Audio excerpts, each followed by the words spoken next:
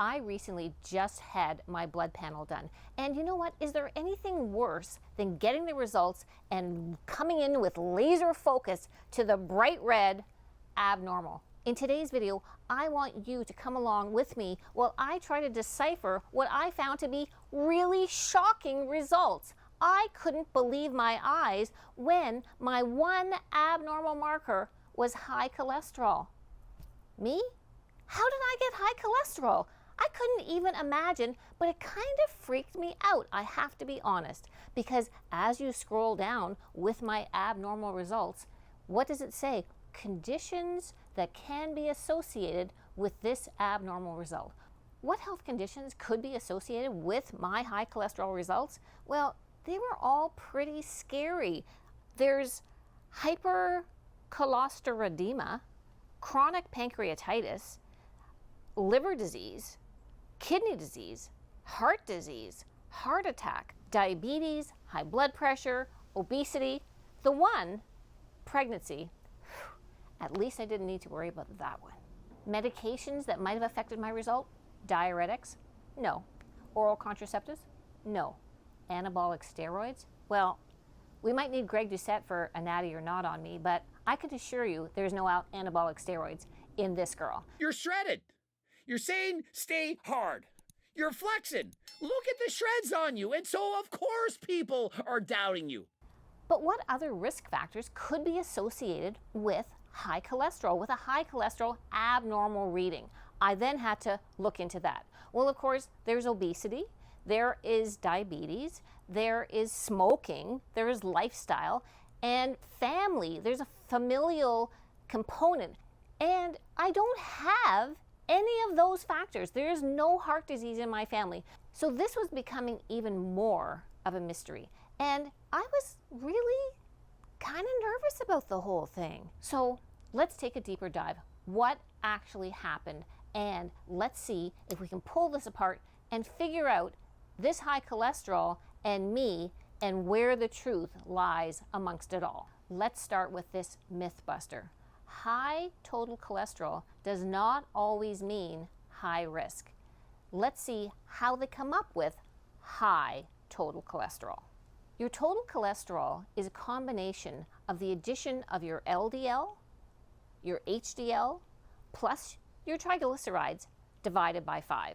So, okay, I looked then at all of my other factors. Let's take a look at my LDL. Let's take a look at my HDL. Okay, well, HDL, if you recall, is the good cholesterol. My HDL is well within normal and it's on the higher side, but it is the good cholesterol. My triglycerides, completely normal, even a little bit to the low side. Well, when we add all those up and then we divide by 5, this is where the trouble begins. So if your HDL is on the high side, which mine is, it can push up your total cholesterol count.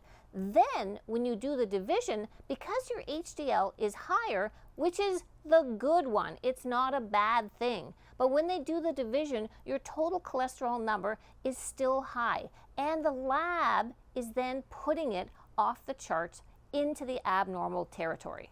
The numbers show there's a problem. It's listed then with all of these conditions that could be associated with this high cholesterol that I now have, but it's indicating a problem when in fact there is no problem there. It's the equation, it's the way that they determine your total cholesterol. So when you're over 50, this is what you should focus on, not just that one number. When you're over 50, focus not on the total cholesterol. Look instead to your triglycerides. Are your triglycerides nice and low? Look at your cholesterol ratio. Your cholesterol ratio is your total cholesterol divided by your HDL. So let's look at my numbers. My total cholesterol was 5.52 divided by my HDL, which was 3.27, which equals 1.69. Under 4 is good, under 3 is great. Mine at 1.69 is bloody fantastic. Looking at your non-HDL cholesterol, you just subtract your HDL from your total cholesterol, This gives you a number which includes all of the bad particles, all of the bad cholesterol that we really are trying to avoid. Mine is 2.25, which is well within the safe zone. When you put all of this together, I'm actually in one of the lowest risk profiles of cholesterol, and yet it comes back abnormal with high cholesterol. So don't be focused and freaked out like I was, because you know what? It may not all be what it seems. So you can see in this sea of normal, look what stands out with the bright red, high. And nobody likes to see the abnormal one. So there's my high cholesterol, my high total cholesterol, and this then tells me all of those risk factors that I explained to you a little bit earlier and why that test is important. So you can see that, I am still borderline, but nonetheless, coming back high still shows abnormal. So you can see my total cholesterol is high, but yet let's look at the triglycerides. Nice and low at 0.67. That's a good thing. Then we go on to my HDL, also in the very normal range, 3.27. Then my LDL, again, normal range. This is what really got me thinking, how can all of these things be normal and yet my total cholesterol was so high? Non-HDL cholesterol, 2.23.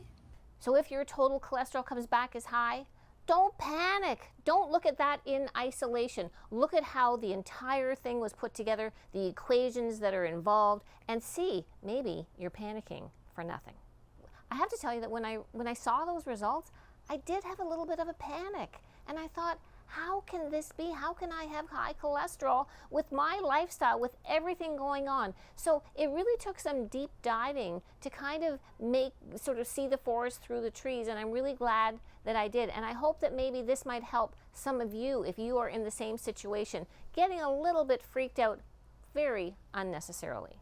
I hope that you've enjoyed the video. Give it a like, subscribe if you're new, and I look forward to seeing you in the next one.